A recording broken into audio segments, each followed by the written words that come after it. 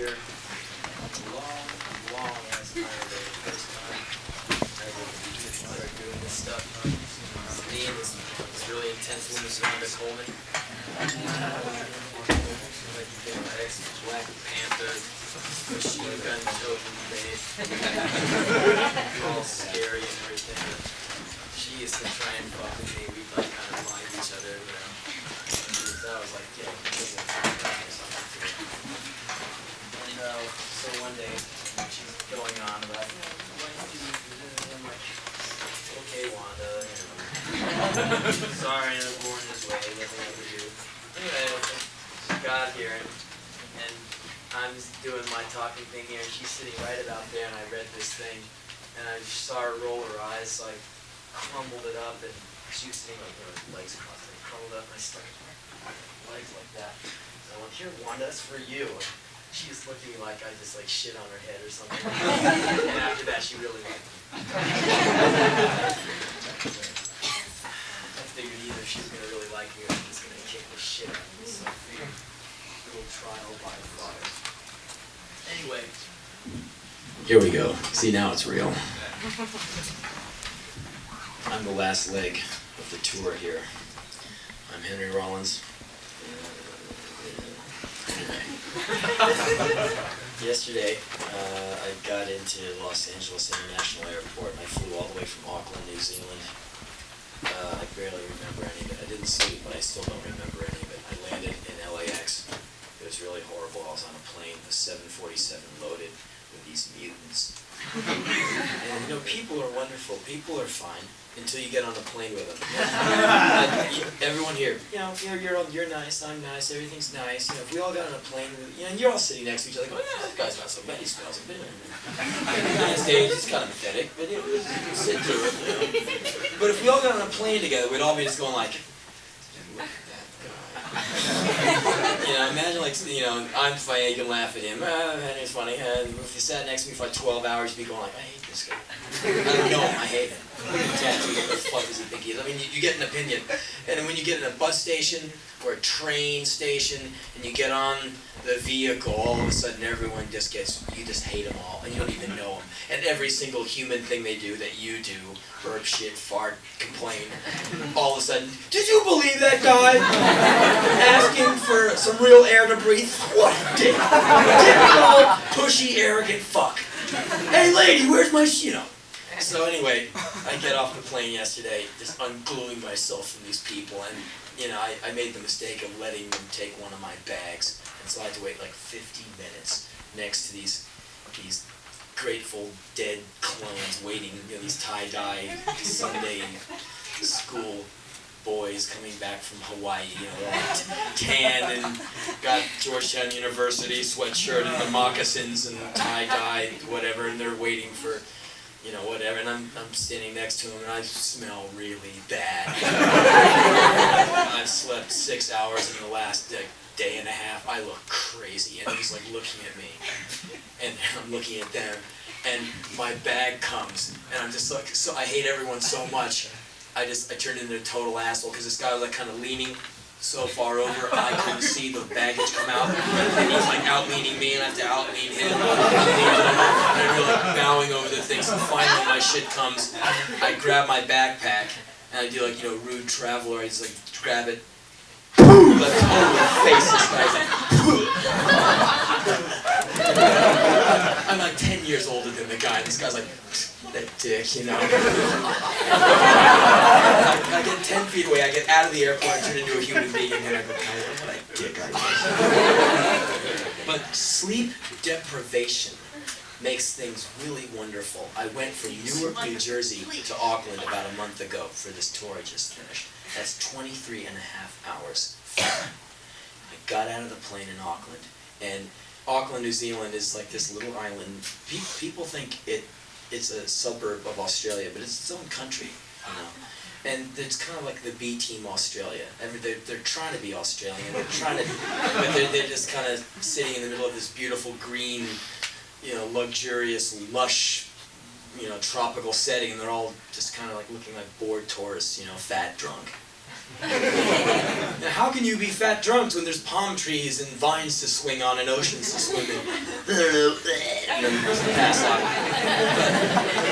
But I did some of my best one-liners coming off the plane, getting through customs to get into Auckland. I was out of my mind tired. So tired that you're awake. You know, you just can't sleep because you're just so amazed that you can still stand. And you forget that you're holding things like you're holding a cup of coffee, just drops from your hand. And I was totally fucking with the customs guy, which is like the dumbest thing in the world. It's like fucking with a cop. I mean, they can waste your time, they can tell you they can turn you around and send you home. And I have to fill out all these working visa papers. And then they go, what's your, you know, you didn't put out your occupation. What's your occupation? And I was like,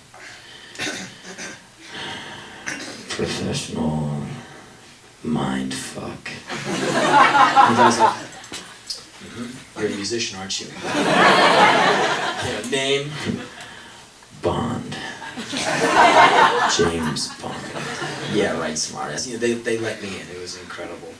But anyway, I just came back from a whole month in Australia. I was there last year, and I did a lot of bad things, but this year I was good. I didn't get in no fights. Didn't throw any rocks on anyone's head. I had to work really hard to be good because the people there are so drunk all the time that you play to a room of 800 belligerent drunks, and it's really hard to get along with someone who's drunk and in your face screaming at you while you're singing some really quiet song. We're doing like some intense song that's like really quiet. And I'm like, oh, baby, baby. The 85 zillion guys up front is going, this sucks, hurry up, mate! You know, there's spit flying out there. Like, okay, you can see where Bon Jovi gets off, you know. But anyway, I wanted to just relay this story to you, which happened a couple of weeks ago. And it just made me learn the same lesson, which I always get taught. You know, when you get taught the lesson for like the 80,000th time, like the most simple lesson, like don't put your hand in the stove because your hand will burn, and you go like, right, I got it, and you never do it again. But all the other ones, like, don't go to that neighborhood, don't mess with that guy, don't talk that shit to that person over there, and he smashes your head, and you get your head smashed, you go, I'll never do that again, and then like 20 minutes later you're doing it. And you go, oh, learned again. But you know that kind of stupid shit you do, you go, I'll never do that again, haha, I learned my lesson, and then the next day, the next week, the next month, like, you know, with relationships and stuff, oh, I'll never do that again, and then you're fucking doing it as quick as you can. Anyway, I've learned over the years, doing all these live gigs, that you shouldn't, with music shows, you don't want to get too close to the crowd when you're not playing, because sometimes you don't know always how they're going to be. Like a guy will pay $8 to see a band play or whatever, and then he'll be up front, yay, you know, you rock it, and then after the show he'll come backstage and steal your book bag. Like I've had, you know, I do a show, go backstage, my clothes are gone, my notebooks, all original writing, gone. Week's paycheck in my pocket, gone. Everything gone. I'm like, fucking, I'd rather lose a finger than a full notebook of original writing. Fuck, I can't get it back. Finger, I don't care. I can jerk off with this. You know? So you can't always trust people, and it puts you in this kind of weird paranoid state, because these people are going like, hey man, what's up? Haven't seen you for a while. And you're like, oh, I don't know, how are you doing? And you're friendly, and then you don't know, one of these guys could be the one who throws the bottle that fucking rips your head up, you know? So you're like, I like you, I hate your guts, you thief, wait, I don't know you, sorry, you know, you're just crazy, you know? So the best thing to do is just keep to yourself, play, and leave. So anyway, I'm watching this band play in Sydney the other night, and I'm standing out there, and there's all these people going, oh, that's Henry Rollins, let's go over and talk to him. And, you know, hey mate, how do you like Australia?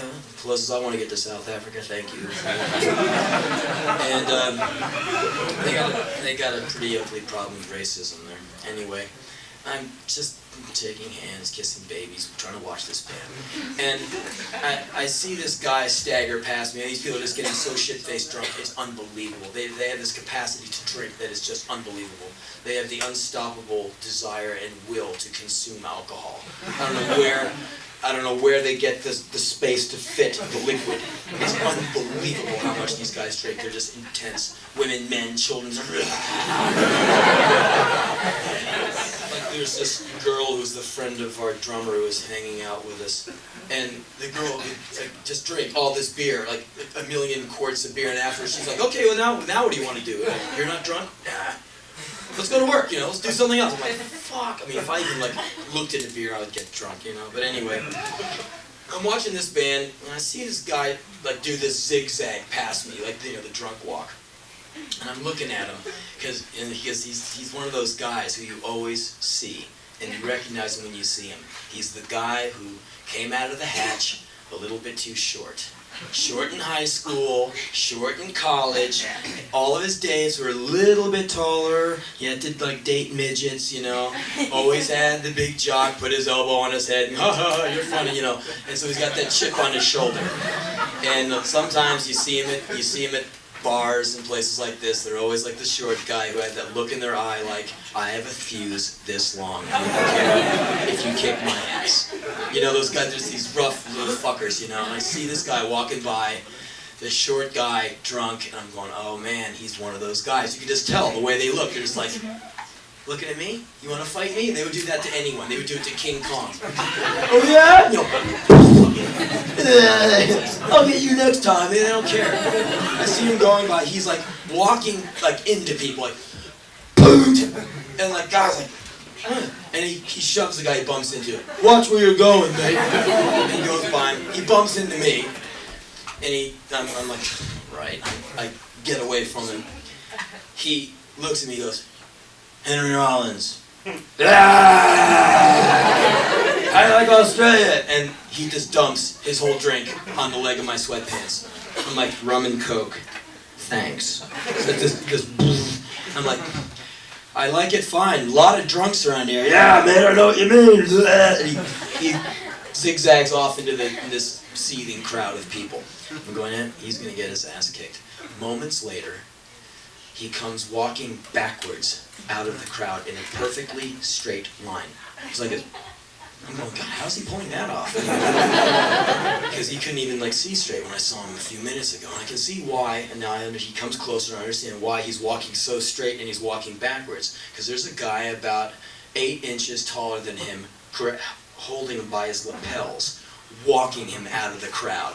Like, I'm gonna kick your fucking ass. I'm like, oh no, here it comes. The guy's shoes are like just barely touching the ground. He's just getting like walked out. I'm going, uh-oh, fight. And I'm thinking to myself, I should go over there, get that guy away from the big drunk. Get the little drunk away from the big guy who's probably also drunk. And like, try and be, save this guy's brain from getting squashed. And then I say to myself, no, you don't get involved. Who knows? They could be boyfriends, this could be a lover's quarrel.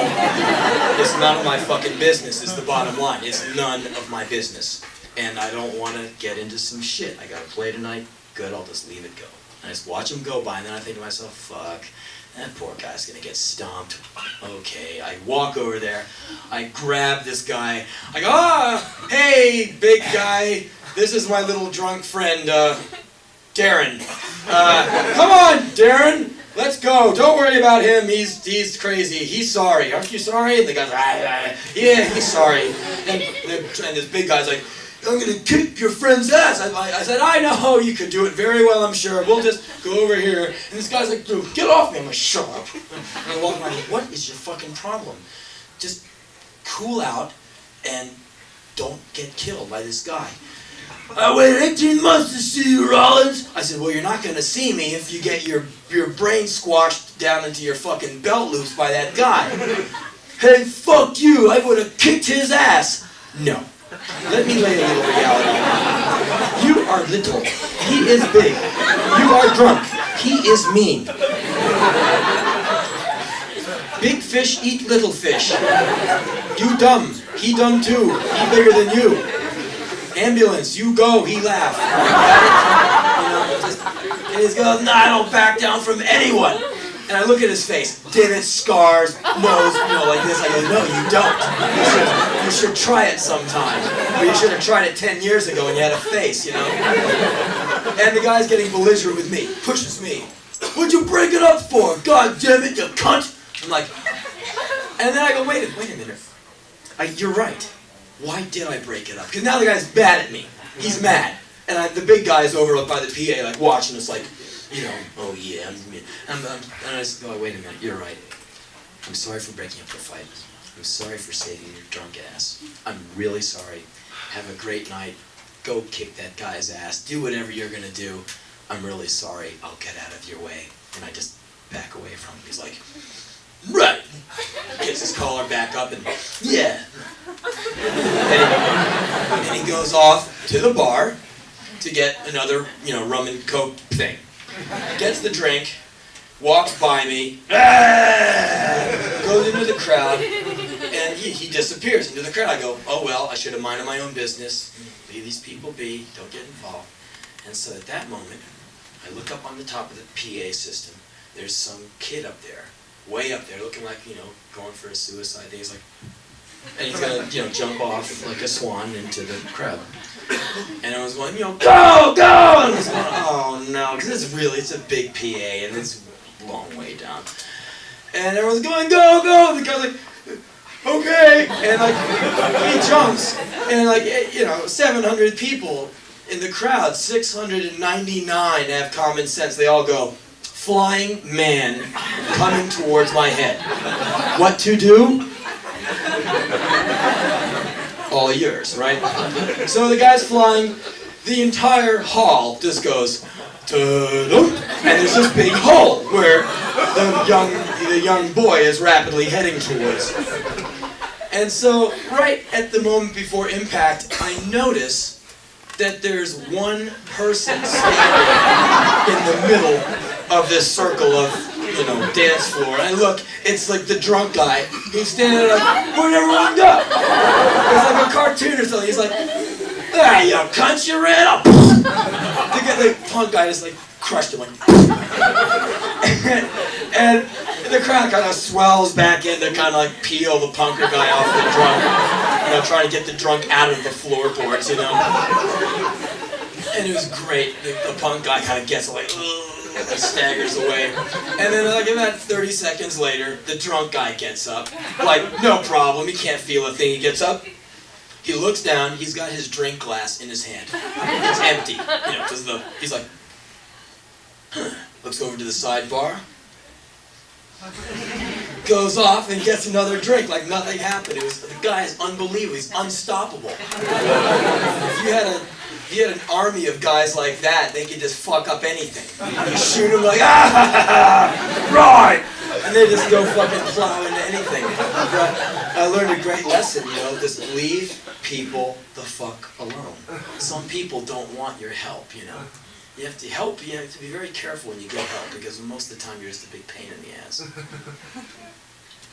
Here's this thing, that the lesson didn't occur to me until I got older. I saw this one thing, and then a few years later, I learned the fable. A long time ago, when I was about, it was like 1940 something, I was 17.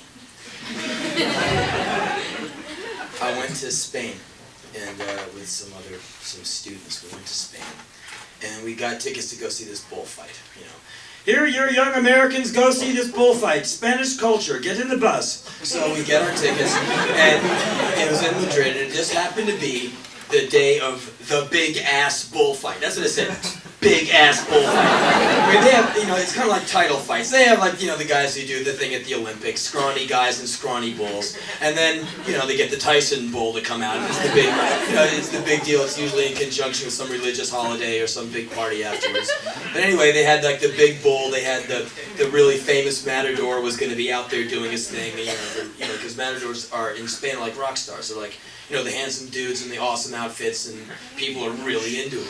So anyway, we just happened to be there in time for the big-ass bullfight. So we all go in to this ring. Huge, man. There's thousands of people at this thing.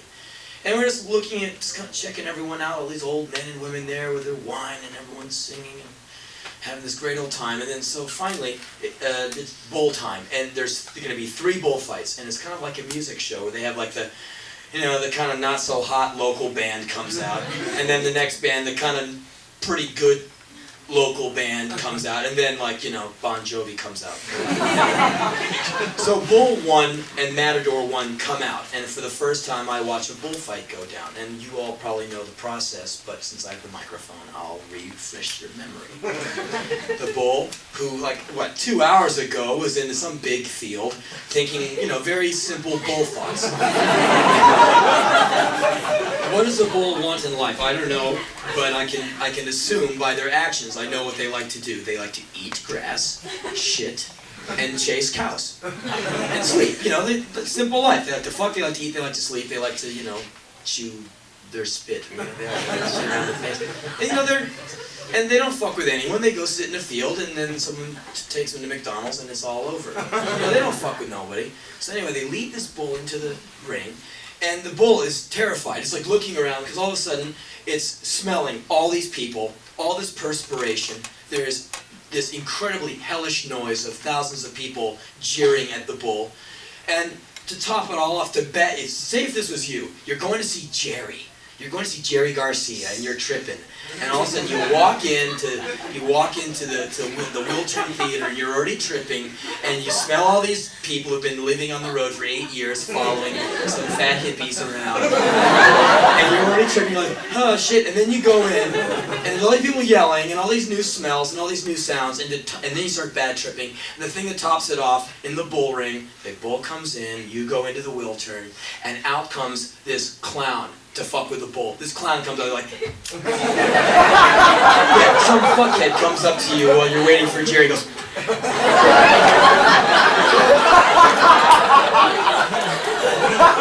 the bull comes into this place, it's just like, whose party is this? What the fuck is this? There's this guy jumping around in front of us like, get me the fuck out of here! Who are these assholes? You know, and the bull tries to leave. The bull goes, no, this scares me. I'm out of here. And it turns around to leave. No, no, no, no! Because someone comes up from behind it and fucking jabs it in the ass with a sword.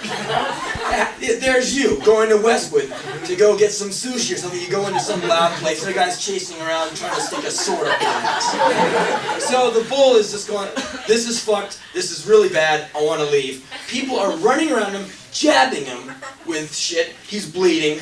Now that you got the rock star Matador with his tight pink pants walking out, waving a piece of cloth in front of his face. Like, you're supposed to like this. It's like trying to play with a cat that doesn't want to play. You play with yarn, they're like, oh, fuck. So the bull's like looking at this Matador like, who are you? What's your problem? And it's so ridiculous. I'm up on my feet going like, yay, bull, kill him, kill the Matador. All these people next to me, boo, you know, because they want the bullfighter to kill the bull. I'm feeling sorry for the bull. These people are teasing it and poking it, and they're going to kill it. And I'm going, fuck this. So anyway, minutes go by, they're sticking this bull, and now the bull, slowly but surely, begins to get mad. Well, not mad, probably so terrified it just starts reacting, because this animal, it's a bovine creature, it's very slow to anger. But they're starting to fuck with it, and it's starting to get warmed up, and now it's starting to sweat, and the blood is really coming out, just dripping blood down its sides. And they're sticking it, and now the bullfighter's waving the cloth, and the bull's like, okay, are the cameras on? How is that? You like that? Can I leave now? You know, the bull is trying to do good. He knows it's network. He's trying to make it look good there. And so anyway, they come to the big climax of the bullfight. Is now the bull is like staggering from exhaustion, blood loss, and just bad vibes. The bullfighter now has done all his poses where he turns his back on the bull and checks out the ladies in the front row. And does this thing, you know, all the swift bullfight moves, all of his dance moves, and it's pretty beautiful and everything. Does the cape dance and all this shit. So he has this big ass sword, and he's facing the bull, and the bull's kind of like, you know, out of breath, like looking at him like, ugh. He takes it, and he does this pose, and he has the sword above his head like this, and he stares down the bull. And then everything, you know, the drum roll, and everyone's going, and there's this moment of silence, and then the bullfighter goes, whoom, and sticks the sword behind the bull's head. It comes out the bull's neck, and it's this blood city, and the bull just goes, and falls to the ground, and the place goes wild. I'm going, boo, this sucks, save the bull! Everyone is going, you know, and they're going, yay, you know, whatever, and they're yelling the guy's name. And they kill the bull. The bull's dead, blood, shit everywhere. They take the bull by its hind legs. They drag it all the way around the ring in its own filth. They just drag it around, take a lap so you can all see that it's dead. And then they drag it right out the side. So, first bull, first matador. Kind of a scrawny, not so into it bull. Kind of a scrawny, not so hot matador. Little intermission time. They bring out the next matador bull combination. He's a little more stylish. You know, he's got his hair more together. The bull's a little bit more fleshy, kind of, you know, more ass whooping. You know, once they get him worked up, he's really, you know, into it. And then they have the intermission, and then they bring out, you know, the Bon Jovi bullfighter. Because the place is on their feet when he walks in. You know, everyone's like, ah. And the guy he's so into it. He comes out like. And he's bowing to all these, you know, people and everything, and people are just loving it. And I'm just getting sick because I watch these two poor bulls get it, you know. So anyway, the bullfight starts. It's the same thing again. Stick 'em, watch 'em bleed, tease 'em, confuse 'em.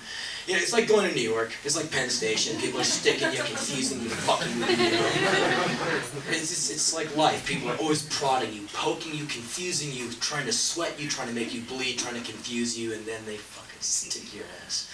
So anyway, it gets down to the big moment of truth, and the guy's like this. And this is a true story. I have the photos to prove it. I took all those, you know, those shitty little Kodak cameras they used to give you. Here, take some pictures. Get away from me. I had one of those. So anyway, here the guy is against the retaining wall of the ring. He's got the sword. He's about to do the thing. The bull is like down low because it can barely hold its neck up. The bull goes like, kind of swings right, dips, and goes, like that. The horn catches the bullfighter here, or right around here. The bullfighter flies like a fucking toy up into the air and lands like 3 rows back. And like he really went high. And the bull snapped his neck, and this grown man went, and everyone's like, whoa! And I'm like, yeah! Fucking A! Destroy! Fuck that guy! And people are really hating me now. Like half the stadium. And I'm just into it. I'm like, yeah, alright! The bullfighter, you know, like so many guys of my gender, just, you know, cock brain, one large artery, just, you know. And the next story deals with that one pretty well, but he is bleeding. He's been thrown into these people by a large wild animal who's finally lost its fucking temper. He climbs back into the ring to face the bull again. Then we see his kneecap has been torn off his leg. It is hanging from the side.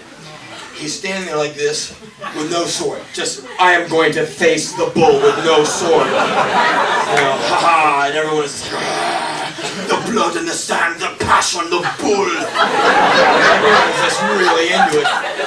And the bull's just kind of going, oh God, you again? Didn't I just kick your ass? The bullfighter's standing there, and in this one moment, his leg, without the kneecap to hold it from going backwards, his leg goes backwards. And he just goes like, and just crumbles on the ground. And the bull just puts his head down and just goes, and just, I don't know what he went out on a stretcher. I mean, the bull just mauled him, and the place was just going crazy. I mean, he had him like pinned into the retaining wall. He was just down there just going for it. The bull's just letting him have it relentlessly. And they had the clowns out there in a second. And they got the bull distracted. And they slaughtered that bull so viciously in front of all these people. They just hacked it up. And they dragged it, they killed it, and they dragged it around the ring 3 times. 3. He's dead, he's dead, he's dead. Got it? And it is just one of the most fucked up things I've ever seen. And for years, that's when you have bullfighting. Fuck those guys, you know. And, you know, where's the lesson? What can I learn from that experience? And it just occurred to me a while ago. Don't. There's some animals that you just shouldn't fuck with, you know. And not necessarily zebras or sharks, or people. There's some animals out there that you just don't want to fuck with. And I think the most dangerous ones aren't the guys with the short fuses. It's the ones with the long fuses that for some reason, some way you've gotten the fuse, down to nil. A person who is slow to anger, when you finally get him there, that's a very dangerous person. For instance, a thing that happened to me that turned my shit into holy water. I was about to square off and fight with this guy in a bar when I was 19 years old. He's bigger than me, but I was amped and I thought I could take him. And I'm just into it. I said, fuck it, man, I'll go, He just smiles at me. I go like, oh. His friend walks up to him and goes like this. The guy smiles, doesn't even look at his friend. He smiles at me, opens his mouth, takes out his front 4 teeth, the denture plate, puts it in his friend's hand, and goes, all right. Like he does it like every day. It's like right, number 9, ass will be 995. I was like, fuck it. I turned and ran out of the place. It just chilled my shit, because the guy was like, oh, okay. Yeah, okay, sure. And another time I did a thing, the guy did the same thing a few years later. I was in a similar place about to do a thing with some guy. We'd been mouthing off to each other. I was some stupid teenage fuck. He just took his glasses off and wiped them before he put them in his pocket to come at me. Hold on a minute.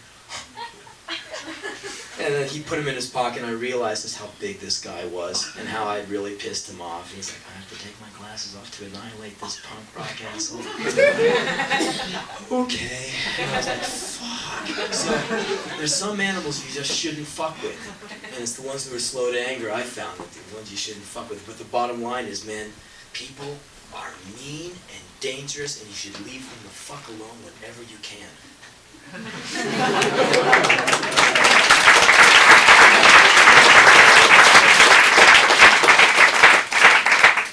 Here's a travel story.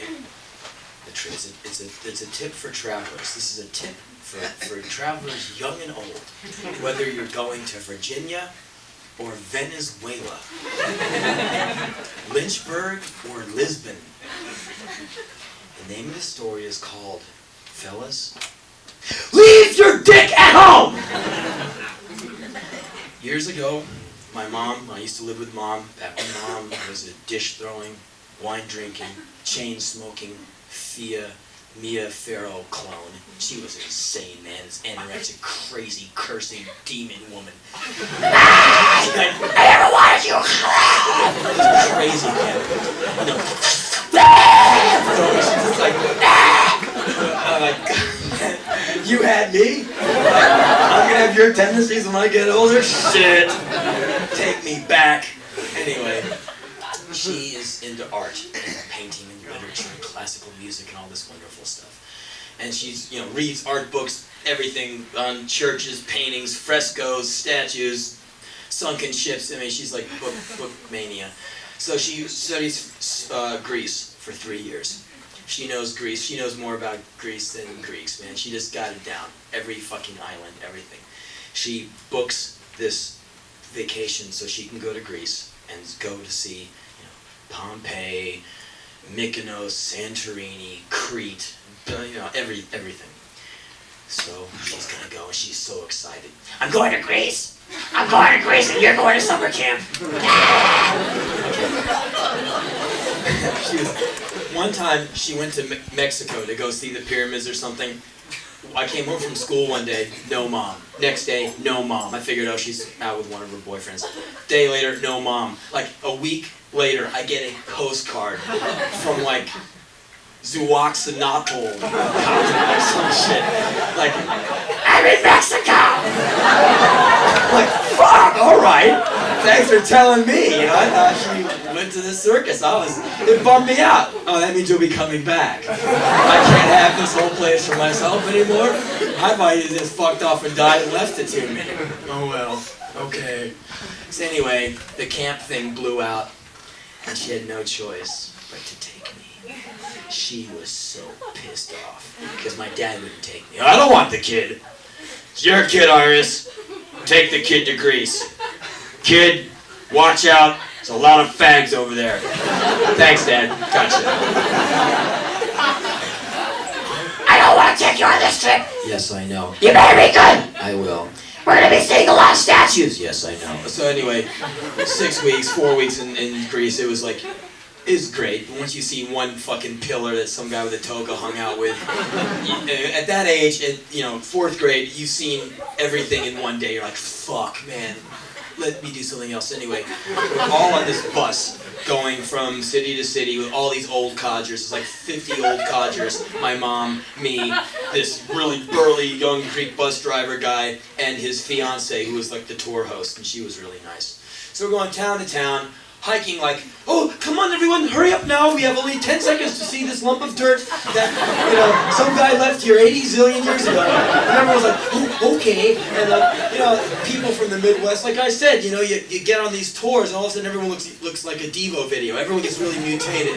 So I'm on these people, large glandular, gross, colostomy bags, big butts, all padding around these islands, I was going, fuck, what a group of misfits, and they all love me, buying me cookies and crackers and candy at all the bus stops and everything. So anyway, we get to this one fucking town, I forget the town, and today's mission is to go up a mountain and look at like a piece of pottery that some asshole dropped on the way back from the liquor store, 400 BC or some shit.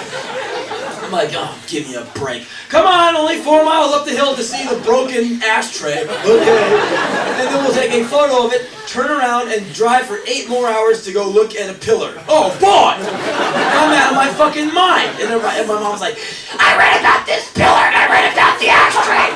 So just be good and goddamn it, we'll get a picture of it. Okay, great.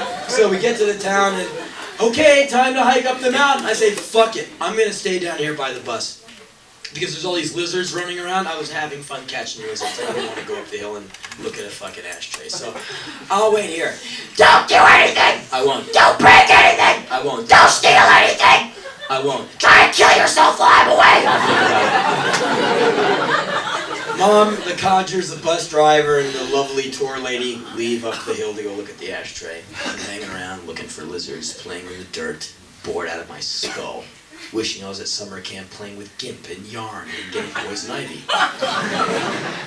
Off in the distance, there is what looks like a box van, like a UPS truck or a laundry truck, newspaper truck, one of those. There's a truck. Big fucking deal. The door opens. This big, ugly, fat, hairy dude gets out and goes, "Hey!" Yeah, up for a little fun, kind of an adventurous guy. I'm on tour, I walk over there, I go, yeah? Whips out a pack of gum. What's the big rule, everybody? Don't take candy from strangers. You've got that one embedded in your head. And I reached out my hand to say, sorry, I don't take candy from strangers. He took my hand, that was going, no, no, no, grabbed it, pulls me into the truck, slides the door halfway shut. The guy was a magician. In like 0.5 seconds, my pants and underwear were on by my ankles. And this guy is trying to pull my hairless, tiny little dick towards his mouth. He's pulling my ass towards his big, hairy face. I'm like, ah! This guy is sitting on like some pile of garbage, like, ah! And I'm about to be consumed by like someone who doesn't really attract me all that much. I was going, ah! Ah! It's like, it's terrifying to have some big guy. I mean, I wasn't used to men trying to go down on me. And, no. So, I'm just like, ah! Ah! This guy has his hands on me, and I'm just trying to wriggle free. I'm just freaking out. So finally, I just twist away from him, and I got my pants, it's kind of silly. I got my pants down here, and I go out of the truck, like, ah! And the door opens, I fall like a sack of potatoes out of the truck. And I'm on there, I pull my shit up, and I just kind of go staggering away from the truck. He doesn't come out. And I just stand there, like, just crazy, I was like really terrified. And like when you're young and you cry at a birthday party and you try and cover it up, like when you lose the game, you're like,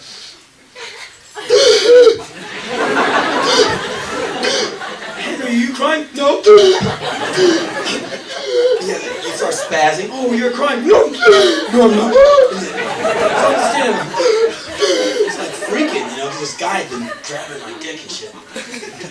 And one of the old codgers didn't make it up to see the ashtray. She kind of turned around and said, "Fuck the ashtray." She came down and I was like, "Henry, are you okay?" "Well, what's the matter?" You know, I explained to her in some gibberish, you know, 4th grade language that some man had touched me in that truck. And so she's like, "Oh, you were molested." You know, when you're young, new words are kind of fascinating. Excuse me, I was what?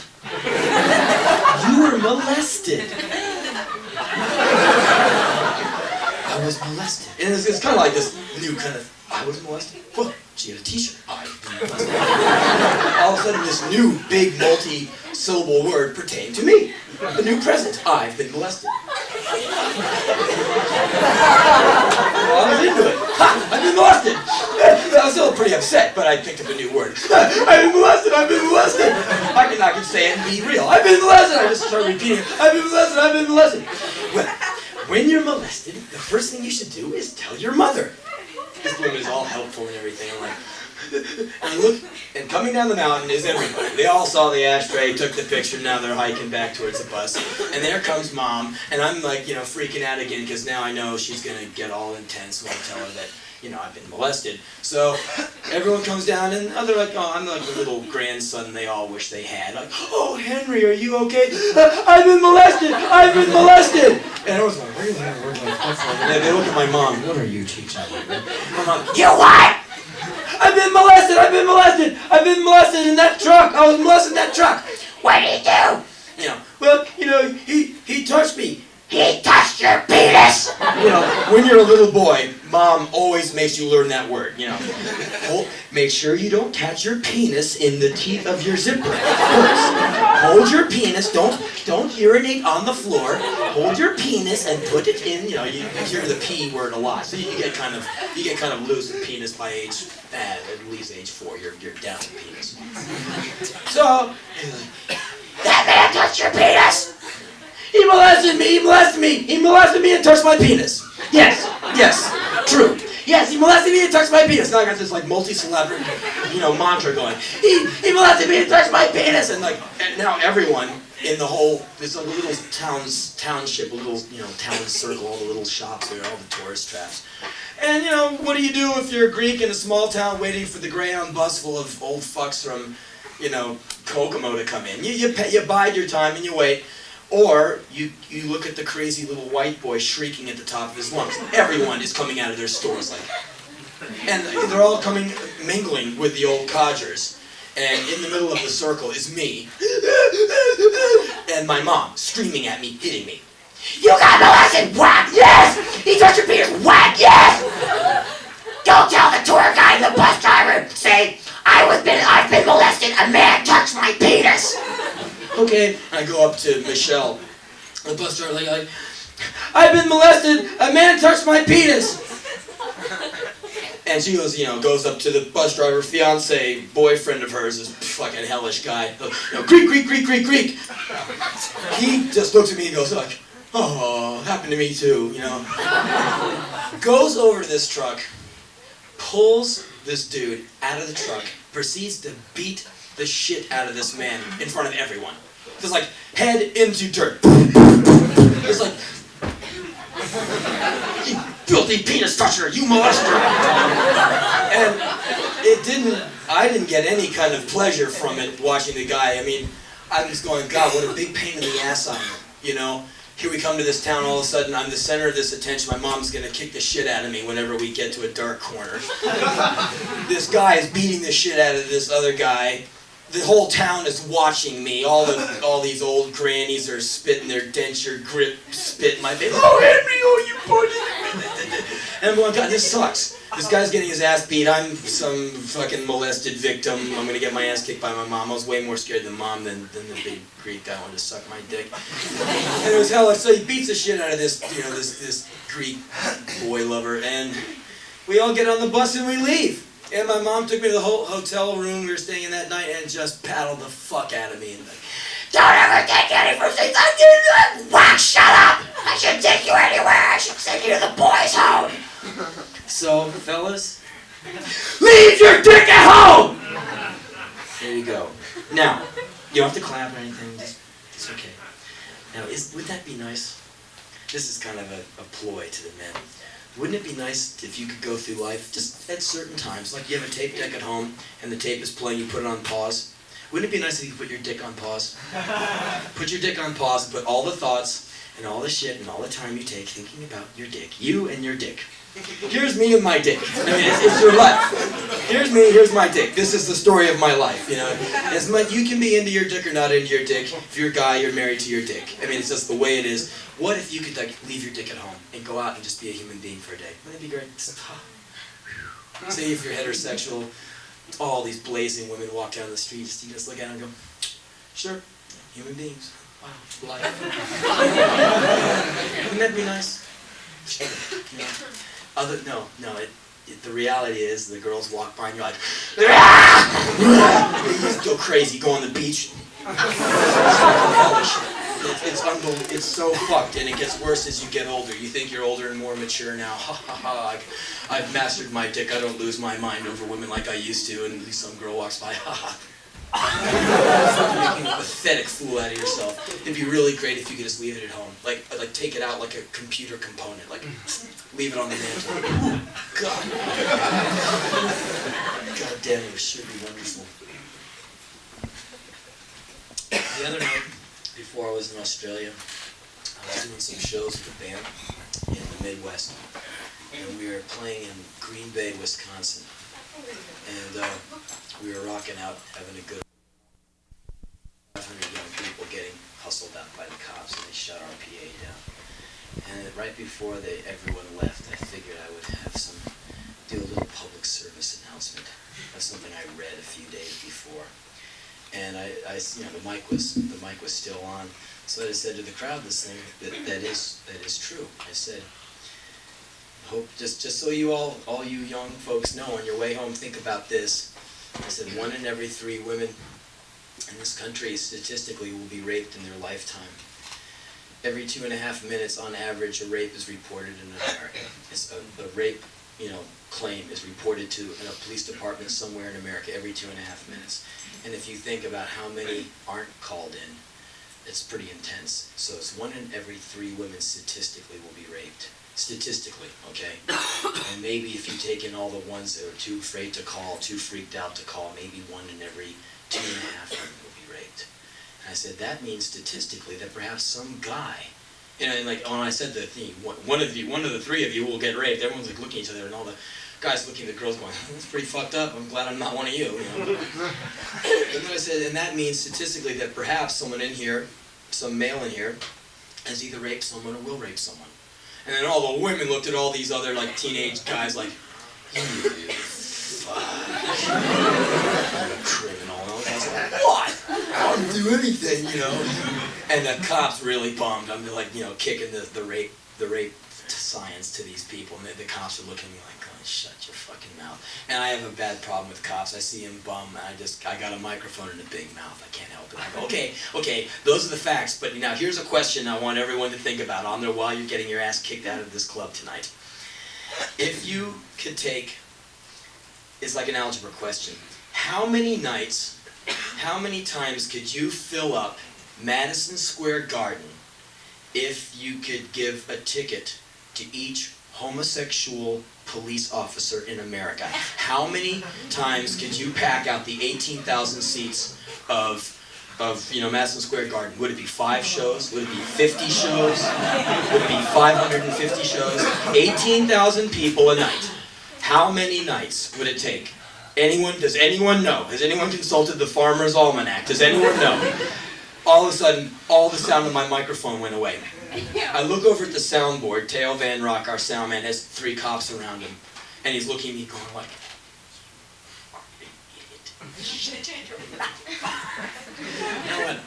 just a koozie like, yeah, thanks, glad you had a good time. Think about that, I'll get back to you later. Send in your facts and figures to me at my P.O. box, good night. These cops hated my fucking guts, man. They're looking at me, we're fags, huh? I think that's the worst thing. You want to get shot by an LA cop, call him a fag. I'm sure he'll just blow you away. They would not be able to handle it. But anyway, so I'm standing there and everyone's getting kicked out of the place. And this guy walks up to me with a note. He goes, here. I go, okay, thanks. Put the note in my pocket. You know, maybe the guy wanted to, you know, take me home or something. I don't know. I didn't know what to do. Just put it in my pocket. He goes, can you read it now? Okay, I read it. And the note says, Dear Henry, I got raped last week. I'm really glad you said what you said. I'm too afraid to talk to you because, you know, you're Henry Rollins and I'm, you know, this human being. And but thank you and, you know, good luck on your tour. I'm like reading this going, fuck. And I look in, we're in this basketball court, you know, this arena, you know, small ass place. And everyone's gone except for the road crew people. And there's a girl standing at like center court, just standing there. And I hold the note up and she goes, turns around and walks out. I was going, fuck. I still got the note at home. I go, man, that's really brutal. The night after, I was in Cleveland, and this girl I know, her name is Nita. She's this amazing writer, fucking a great writer, man. She's really balls out. She's great. Anyway, I go, Nita, you know, I see her at the show. I go, Nita, what's up? What are you doing? And she goes, well, I just helped get a guy 1,500 years in prison. I said, what? There's a guy who ran around the Cleveland area raping women for 5 years. He raped over 30 women, and they finally nailed him. And this girl was the one who made the first positive ID. The girl is asleep in her room one night. She wakes up because there's a man with his kneecaps on her shoulders with a knife at her throat. And she looks up and she goes, oh, here's the guy on my face. And this girl has balls at, you know, unbelievable guts. And she says, I'm gonna rape you, I'm gonna fuck you. And she just looked at him and she says, you can't even get up, you can't even get hard, you won't do it. He flipped out and ran out of the place. And it was the guy. He got nailed at some other house. She walked in and went, yeah, that's him. That's definitely him. I, you know, was face to face with him. And so anyway, she went through this long trial. And they had all the women who'd been assaulted by this guy all in the courtroom. And she became friends. They all had this thing in common. They had this guy with his dick trying to check him out. And like this one girl, one of the first women to be raped by this guy, you know, years ago, was raped multiple times in her shower. The guy came in and just assaulted her in her shower stall. So anyway, the guy got nailed, assaults, you know, rape, he got convicted, 1,500 years in prison. He is eligible for parole in like 11 years. It's unbelievable, man. So anyway, she became roommates with this girl who was raped in the shower. They became friends and they get an apartment together. This girl who was raped in the shower, since then she had a fiance when she got raped. She had to break that off because she couldn't touch the guy anymore. She hasn't touched a man in that many years. She could not take a shower without her bathing suit on. She could not get into a shower naked. She just soaps up through her bathing suit. And that's how fucked up she is. She's tried to kill herself a few times. And that's the shit you never read about. You never read in the newspaper about a woman who can't take a bathing suit off to take a shower because she's been so totally destroyed by some fucking guy, you know? And if you just think of all the damage that's been done with that rape thing, you know, the people must hate rapists. You know, people hate rapists. People would hang rapists by their testicles and let them swing and just laugh, you know? There's women who probably just like flip the switch on a rapist in a second. A wonderful woman who loves life would kill a rapist with a handgun. I'm sure there's ones out there who would do it that fast, you know? People hate rapists. So this leads me into this thing. Years ago, I was in this band, Black Flag. We used to go up to San Francisco every 4 weeks to play because we could do it, you know, we could earn our gas and bread money up there. So we go up there every 4 weeks to go do the Frisco weekend. One night, finished playing, this beautiful blonde girl walks up and goes, hi. I'm like, oh, hey girl, wow, hi. Yes, I really like what you do. Okay, so you're here 2 nights. Well, can you put me on the guest list tomorrow? Sure. Great. You want to go home with me? Yes. Go home with her. Great old time, you know. And I leave her house the next day like, wow, all right, rock and roll, you know. And so she gives me her phone number, and she says, "Give me your phone number. Someday I'm gonna come down to LA and visit you." I'm like, "Yeah, sure, right." Everyone says that. "Oh yeah, here's my number. I'll visit you." I'm like, "Yeah, right. Here's my number." Gave it to her. A few weeks later, she calls me up. "Hey, I'm in LA. I want to come visit you." I'm like, "Oh, okay. I don't know if you want to come to where I live. It's kind of fucked up." I was living in a tool shed at the time. I was living like where you keep your lawnmower. I'm like, "Yeah, it's kind of a bohemian thing. It's kind of I'm an artist, starving artist." "Well, I don't care. It's really kind of gross here." "No, I really want to see you." "Lots of spiders." "No, I really want to see you." "Okay." She comes over and she's all, and I was like, "Oh, nice to make your acquaintance again," And so we go out that day and we go to the beach and we walk around, and it comes nighttime. We come back to the cold, damp little shed, and I'm like, because she's kind of like, "Well, let's make love." And I for some reason, I don't know, for some reason I just wasn't into it. I just said, well, I have to get up really early tomorrow. It's Sunday. I have to collect some stamps or something. We better hit the hay right now. Oh boy, am I tired. And we just go to sleep. And she's kind of like too shy to really go, "Hey, what's the matter with you?" She's just kind of like, "Oh, right, I'm tired too." And we go to sleep. And I wake up in the morning hoping she would just kind of leave, because I got a lot of stuff to do and I don't really have time to hang out as much as she wants me to. So the next day, we kind of wake up and go, "Well, boy, I bet you've had enough of boring old me. I got a big day planned. I got to go drink some water down the street. Then I have to go to my botany lesson. Then I'll be studying some different kinds of roaches that live in here. And then I have to go to band practice. And then I have Bible studies. And then I have to go to sleep. But first the yoga and meditation. Yeah, I'm pretty booked up today, and I'm a pretty boring guy. Why don't you go play, go do something else?" I was just trying to make myself as boring and undesirable as possible, And she just wasn't buying it. And she grabs my pants and tries to pull my pants down. I'm like, "No! Okay, look. Just leave, okay? I mean, peace, you're a nice girl, very nice to see you. I just don't want to have sex with you, okay? It's nothing about you. You're beautiful. You're young. It's all in the right place. Wonderful proportions. You're very nice. I don't know. I can't do it, okay?" She went apeshit. "What's the matter with you?" She's just fucking really mad. I'm like, "I'm sorry. Fuck. I just don't want to fuck you, okay? Get off my shit. I'm sorry. I don't want to slash your tires. I don't want to put sugar in your gas tank. I don't want to fuck with your shit. I just don't want to touch you, okay? You're beautiful, but I'm not into it." "Well, why were you ugly before?" Like, "I don't know. Fuck, man. I don't know." I just didn't want to do it. She was really pissed off. "Fuck you!" And I'm like, "Okay, fuck, whatever. Okay, whatever you say, get it off your chest." She leaves.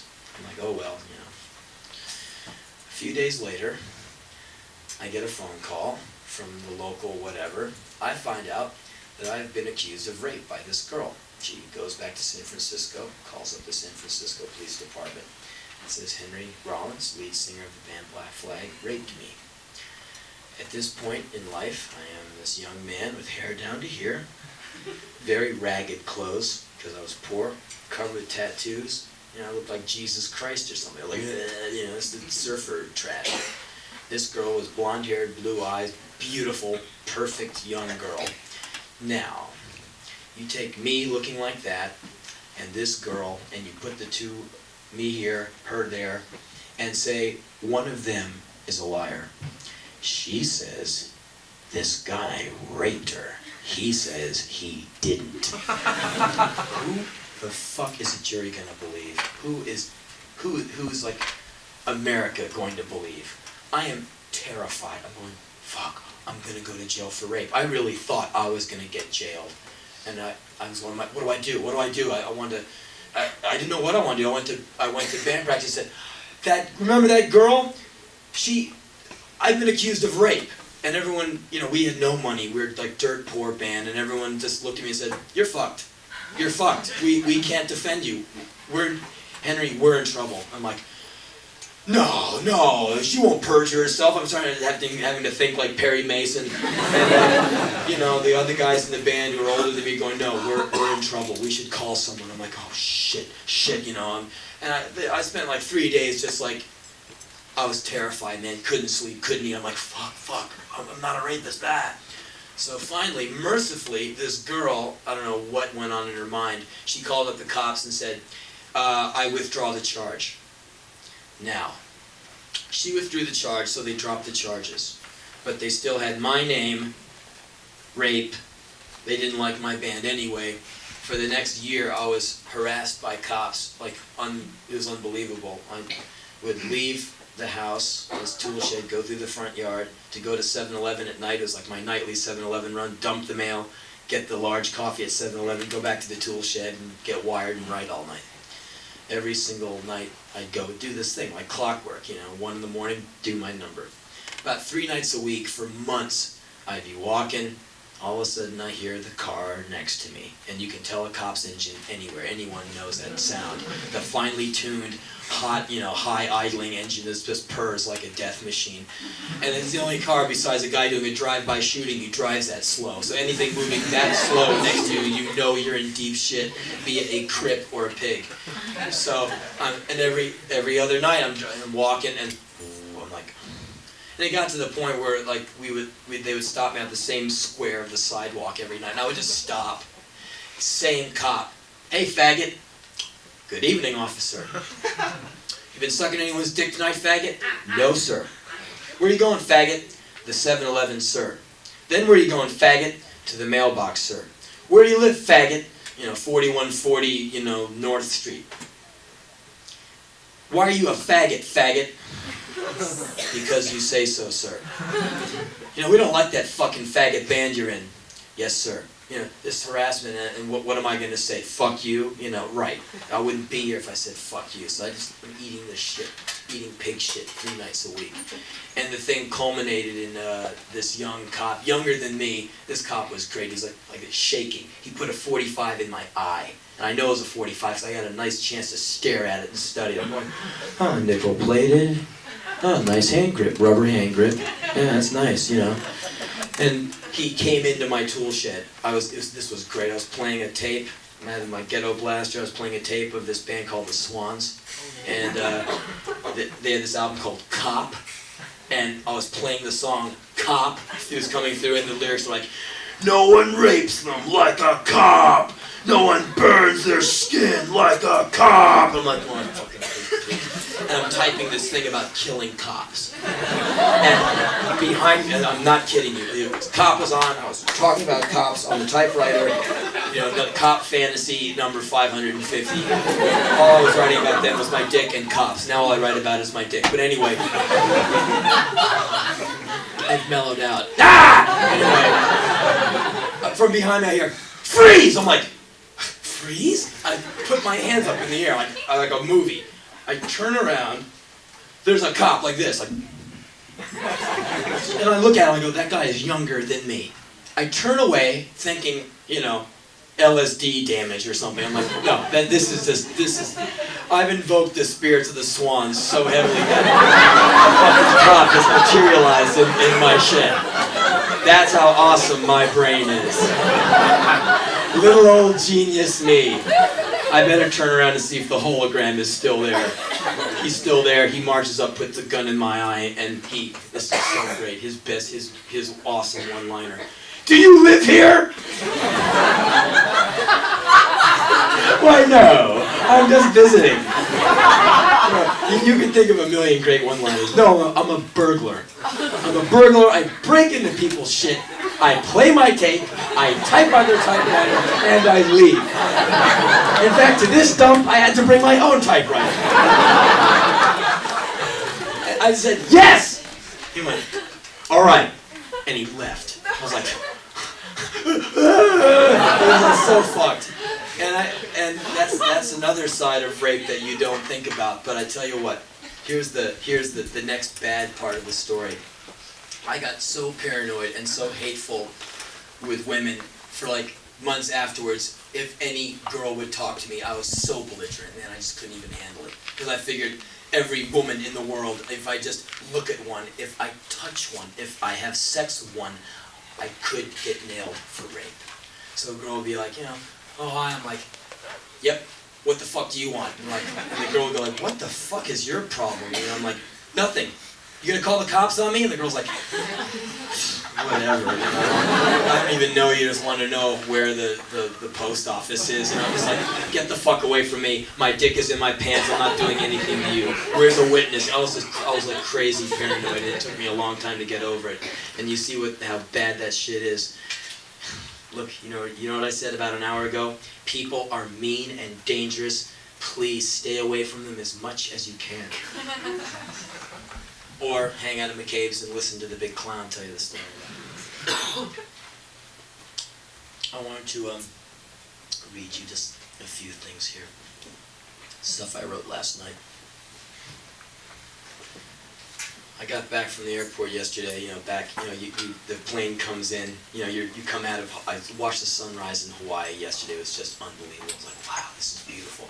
Take off. And then you come to LA and you see that big red-brown piece of dung hanging over the side. Yeah, you've all done it. Yeah, and you start, and you have to cut through it and you go, fuck, I breathe that. It's unbelievable how fucked up the air is, because you're coming from like New Zealand, Australia, where there's no dirt anywhere. It's all this like clean air. You can drink the water. Kangaroos hop around. I mean, it's really amazing there. You come back here and it's just like everything is covered with fucking shit.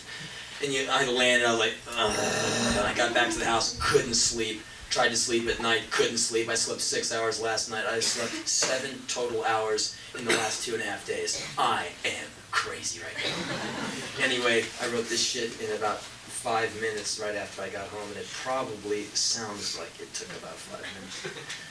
But I'm going to read it to you anyway. Gone too far to be forgiven. I can't undo what I did. I can't repair what or whom I broke. I've gone too far to change. People don't change. They just find better ways to cover themselves. I've gone too far to take the lines from my face. I can't not see what I saw.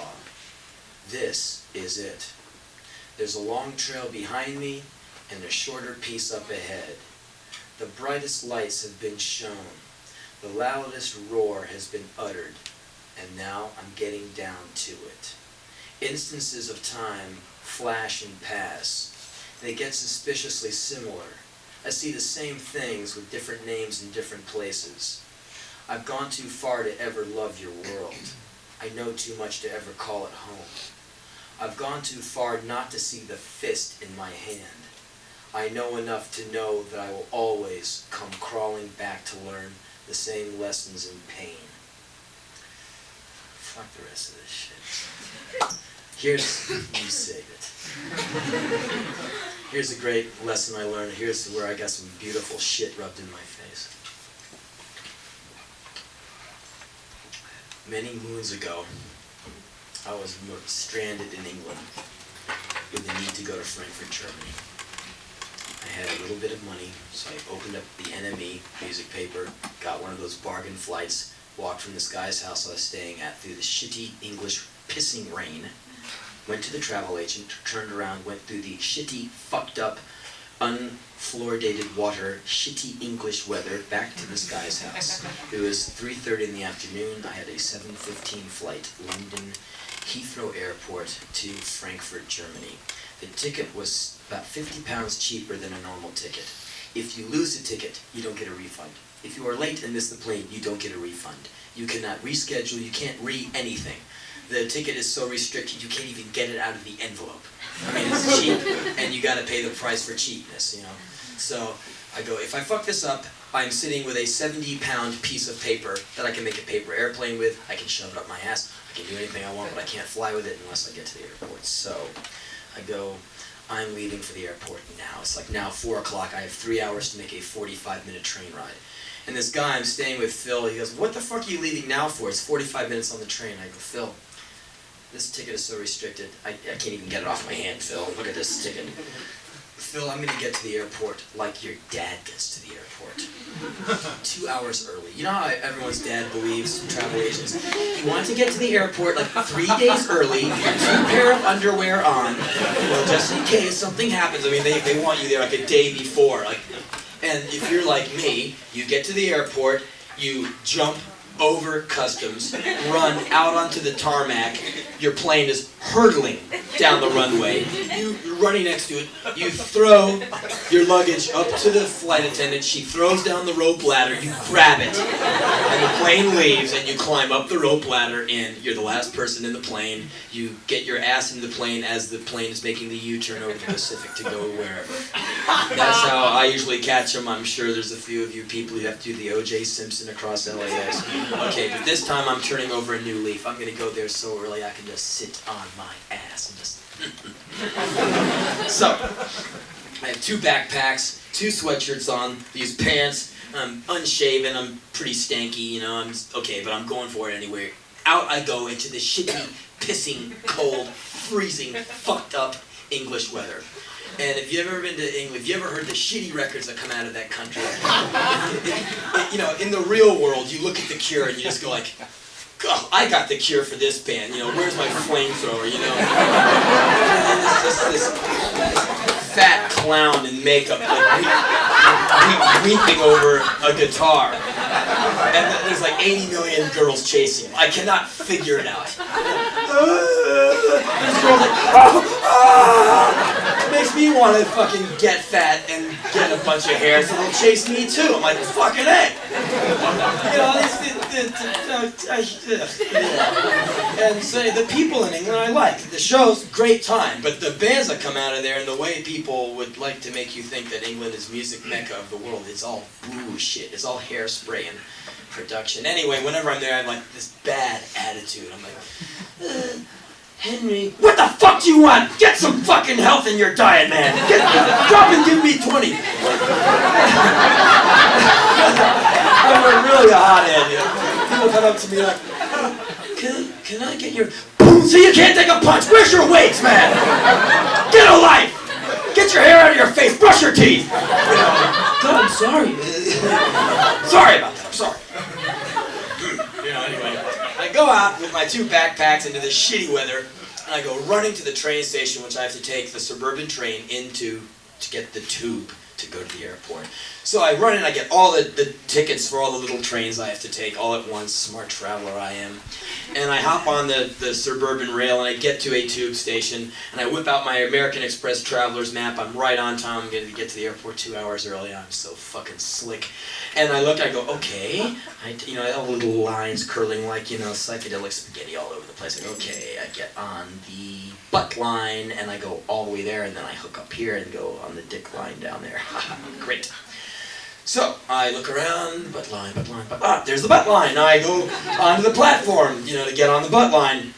And there's a little chalk placard in front of the butt line. This little polite chalk placard on this little flimsy piece of English wood. There it is. And on the plaque, a little chalkboard that says, sorry, butt line closed today. Oh.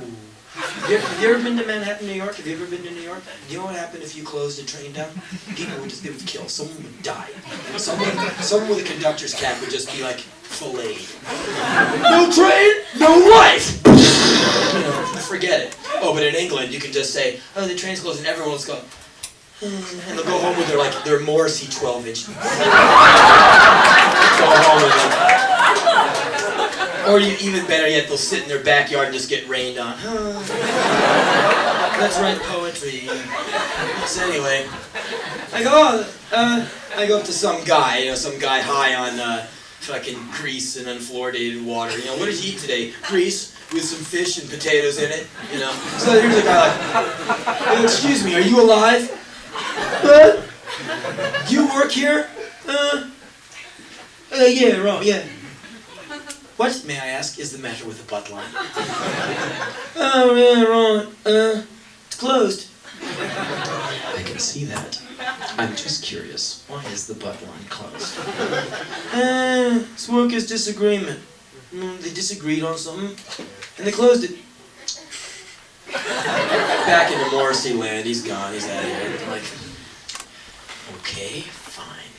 Got the backpacks, I'm covered with drizzle and butt sweat, I'm pretty rank. I'm like, okay, fermenting in my own juices. I look at the map, I can take an alternate route. It's gonna be kind of tricky, I can only take this one train for a few stops, then I gotta drop down, then I gotta take another train, I gotta go do. But I'll still get out to fucking Heathrow, they're not gonna stop me, so I have to get on the, you know, the shithead line or something. So I go running down a floor to where conveniently the shithead line is located. I run out onto the platform like, ha ha ha, looking for the train. There's no one on the platform but me. The train must have just left, no problem, it'll be along in 70 minutes, I'm right on schedule, I'm waiting. No train, no people. Pretty crowded platform today by myself. About 10 minutes go by, no one's out here, something's up. I go out, I walk over to some other fucking guy. Excuse me. Excuse me. The Smiths have reformed. What? Yes. Yeah. What is the matter with this shithead line? There's no one on it. Is it an unpopular train? Is it a train that doesn't like The Cure or something? Or what's going on? I said, wait, a workers' disagreement. They had a workers' disagreement. They disagreed and they shut the train down. No, that's the. I said, yes, I know. There's a bum, a man, transient man, sleeping on the tracks, and until he wakes up, the train is shut down. I'm like, really? Yeah. Okay. Have you ever been to New York? You know what happened when an approaching train would see a sleeping bum on the tracks? One guy, two guys would be up front driving the train. One takes a big hit off the sterno, passes it to the other guy, puts up another notch on the side on the windowsill. All right, let's get him. It was like, ha, for a third one today. They just kill him. They wouldn't give a fuck, but that train would get there on time. God damn it, you get where you need to go. So I have to go for like plan C, and I look at my thing, and I now have to leave the subway station to go to another one.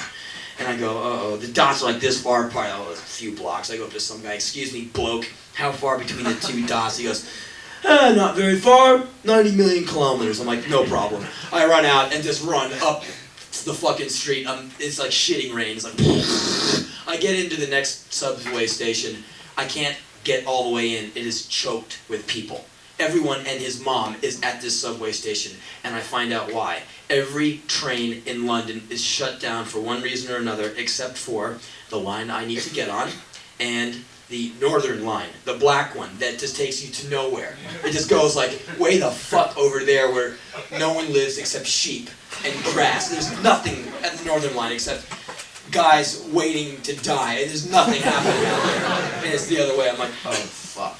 So they grease us up, they pack us into this train, like, they were all like, the train goes and no one gets off. They just keep like putting people in, they're putting people over. I am on top of this little old man. My dick is kind of grinding into the cheeks of his butt. My face is in his hair tonic. And I can't go anywhere. He's there and, it didn't feel that bad after a while. It was kind of warm. I had my mind on other things. I was like, But I kind of got used to the Vitalis. It was kind of warm and comfy. What are you doing after this train ride? And so we stand like crunched together for like 45 minutes to an hour, and the time is running out. I'm getting near losing my flight. The train comes to a halt at the end of the line. We're pulled out onto the platform. We're all there like fish out of water. I regain consciousness, grab my shit, and like run down the platform to the biggest intersection I can find to try and get a cab. It is now 6:30 in the evening. My plane is 45 minutes from taking off. I am fucked. I am in the middle of the street, waving at cabs, flares, lighting myself on fire, doing anything to try and make them pull over. In New York, you go to the edge of the curb, you see a cab going by with no one in the back seat and the light on the roof on. That means cab for hire. Here's your instructions. Wave and run away from the curb. The cab cuts off 3 lanes of traffic, jumps up onto the sidewalk, takes out 2 telephone booths, 20 cans of garbage, lodges itself over an old woman, comes to a stop. You go to the front of the cab, clear the trash cans and old woman from under the front wheel, get in the back, tell the guy where you need to go, and if he's not too high, he'll probably get you there. But the bottom line is, when there's no one in the back seat and the red light or orange light is on, you got a vacant cab. So I'm seeing all these cabs go by, big light on, no one in the back seat. I'm waving, they're driving by me like I'm not even there. I'm just, please, please, you know, I got this ticket weighing me down. Please, I gotta go, yeah, they're passing me by. I'm like, going crazy, both backpacks on, getting rained on, full of shit. This car pulls up next to me here. I'm like out here on the street. The car pulls up to my ass and goes, excuse me. I turn around, it's a cab with like no one in it. I'm like, ah, ah, ah! I go running towards him. He goes, no, I can't take you, I'm on a call. I'm like, ah, I hate you. I was like, do you want a cab? I'm like, yes, I want a cab, you dick! He's like, there's a taxi stand right there. I look in the one direction I haven't looked in the whole time. There's like 40 cabs pointing at my asshole. I'm like, no! I run up the street to this cab stand, which I really couldn't see because it was dark. I get in the first cab, I go like, go, Heathrow, go! We go hauling ass to the airport. It's like 8-pound cab ride. I give him a 20. I run around the side, stick my hand in for the change. He whips some coins at me. I'm like, right, thanks. I go running into the airport. I look down. The guy's ripped me off for like 6 pounds. The guy just like put like 30p in my hand or something. I'm like, I'm gonna kill you. I turn around, the cab is gone. The guy's laughing all the way to the pub. I'm like, fuck it. I run into TWA. There's no one in there. This place is this huge, cavernous place. There's no one in there. It's me, marble floor, high roof, steel beams, and glass. I'm like, uh-oh. I see there's a big gateway down there, so I go running like some madman, make this big right turn, and go running down this long hallway of marble, because way in the distance I see a man and a woman. I see life. Down there, like, I go hauling ass down there, and there's a man with his elbow up on the counter, some suave guy in a trench coat, and there's this like short, mean little woman with narrow eyes, on the other side. And I get up there, all out of breath and crazy, and at that moment she goes, sir, here's your boarding pass and your passport, the plane is leaving soon. And it's like 7:05 for a 7:15 flight.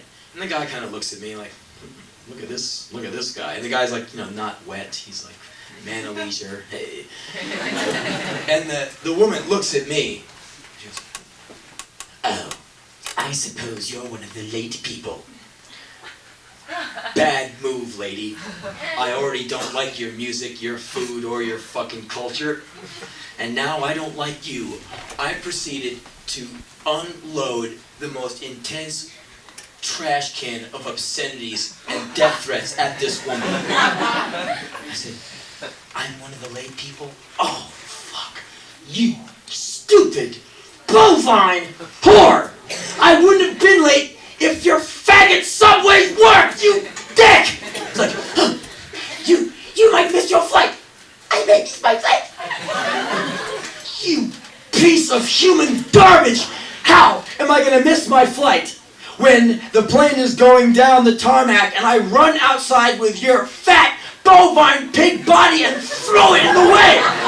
How the fuck am I gonna miss the flight then, you bitch? Your job is to get me on that plane now! She's like, she grabs my ticket and my passport and like runs into this room and disappears like all. And this guy looks at me and he's still there. It's like man of leisure, suave fuck guy. He looks at me. He's this American guy. He's like, wow, man, you are really hostile. And I'm standing there just like drenched, like, yes, you're fucking right, I am. And the guy's like, whoa. You got a lot of bad vibes coming off you. I'm out of breath, crazy. Like, yeah, I do. I fucking right, I do. I'm just like, out of my mind. 2.5 hours of total like aggro frustration. Hair tonic in my face. So I goes, hey man, can I talk to you for a second? And I just realized the absurdity of this situation. I'm standing in this huge marble playpen with this guy at night, and we're just standing there, and our voices are echoing. It's like the meeting of the gods in Valhalla or something. Like, you want to talk to me about it? yeah, what the fuck do you have to say to me? He goes, I want to tell you a little bit about yourself. I'm like, oh, this is going to be great. I put my backpacks down. He goes, I need to ask you some questions. I'm like, okay, go ahead, ask me some fucking questions. I'm just into it. I'm like, yeah, what the fuck do you want to know? So I know I'm going to miss the flight. I'm fucked.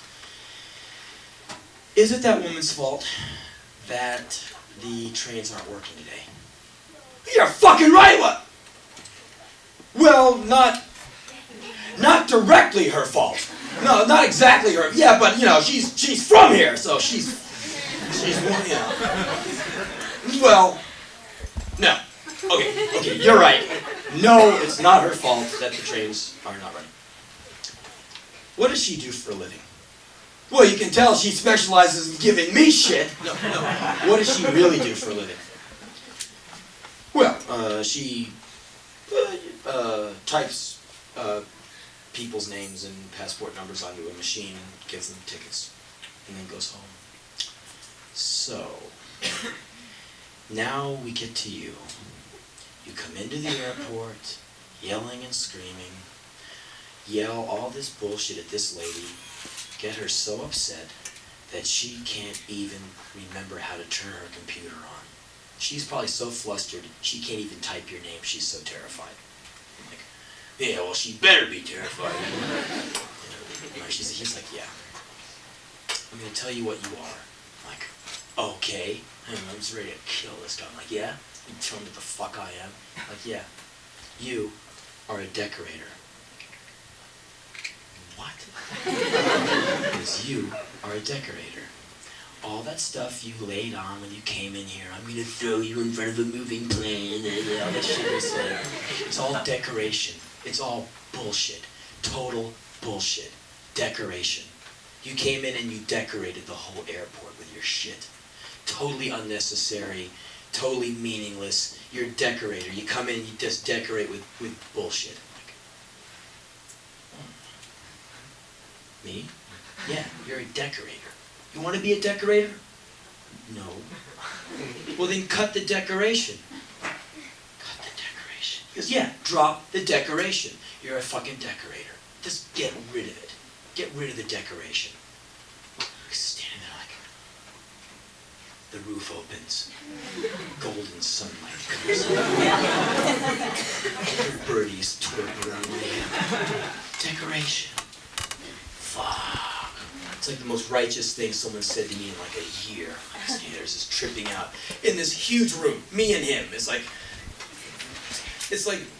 some science fiction film or something. I'm standing with this guy in a trench coat, like some Warren Beatty clone. You know, he's like there with his words of wisdom in his briefcase. I'm a decorator. You are a decorator. All that stuff I said was decoration. You got it, man. Decoration. I gotta drop the decoration. You definitely have to drop the decoration. I'm full of shit. To the brim. Fuck. And he goes, hey, see you on the flight. He walks away. And I'm just standing there like, brain coming out of my ear. Like, oh. God, I mean, I never even got his name. He just laid that on me, and he was out there. I'm like, he just blew me away. It was incredible. The woman now is finished with the passport and boarding pass. She is braced in the doorway, about to get ready to deal with a man who called her every name in the book and who offered to throw her in front of 47 or whatever. So she's ready. Alright! Here's a bloody boarding pass and a bloody passport, go! I take the thing. I'm really sorry about calling you a bovine pig whore, limey scum-sucking recessive trait piece of garbage. I'm sorry that I wanted to throw you in front of the plane. I'm a decorator. I decorated the whole airport. I'm full of shit. I gotta get off the decoration. The woman is looking at me like I'm psycho. What? I'm a decorator. I just decorate everywhere. I'm just throwing around decoration like it's no one's business. I'm really sorry that I decorated you. Have a nice day. Thanks. I'm sorry about the decoration. I go skulking off, catch the plane, the last man on the plane, barely make it, you know, they're pulling away, I dive on, you know. And the plane takes off and we're flying over wherever the fuck. And I gotta take a piss and I go staggering back to the men's room to go piss and I see our decoration, I see Decoration Man. He's in the middle aisle, all the way at the back. Tie down, briefcase to the side, PC out, screen up, you know, tie, you know, roguishly to the side, shoes off, coffee, just, you know, hair perfect. The guy's like just the sea of tranquility. Me, I'm like, I stink. I smell, you know how like sweat kind of ferments when you're wet, it just kind of starts stinking even more. I smell like my butt. I'm like, you know, I still got all these wet fucking clothes, and I'm just like this drowned decorating rat. I'm like, big shit bag. You know, and I look down at this guy, and he's like, you know, clacking away, you know, and it's like, hey, yeah, it's really cool. And I go, God, man, why can't I have like a minute in my life like this, you know, fuck. 1 minute being together, you know. So I go to the bathroom, come back out, look down at this guy, and I go, hey, man, Decoration. And he looks up, he goes, hey, Decoration. And I sat down in my seat and I kept my stupid mouth shut and landed in Frankfurt, and that was it. And a mighty lesson got taught to me, and it's those great lessons that just rubs your own shit in your face, man. And when you're lucky enough to have your shit rubbed in your face, don't forget the stink. Just hold on to the stink for as long as you can. It keeps you straight.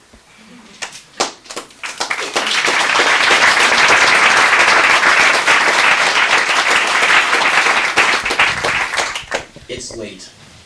I'm going to tell you one quick story, and then I'll go blaze the fuck out of here. So anyway, here it is. I told this about an hour and a half ago, but I'm going to tell it to you. It's about this guy I met. I did a talking show about 5 years ago in Texas. Talked all about depression, which is something I know a bit about. I'm sure you do too, but man, I get way into depression. Winston Churchill called it the black dog. He called it the black. He goes, my black dog is with me. Nietzsche just calls it dog. It's the reverse of God. He hated God, but he hated depression more. He goes, the dog is here anyway. For me, it's just like having the first 6 Black Sabbath albums playing in your head simultaneously.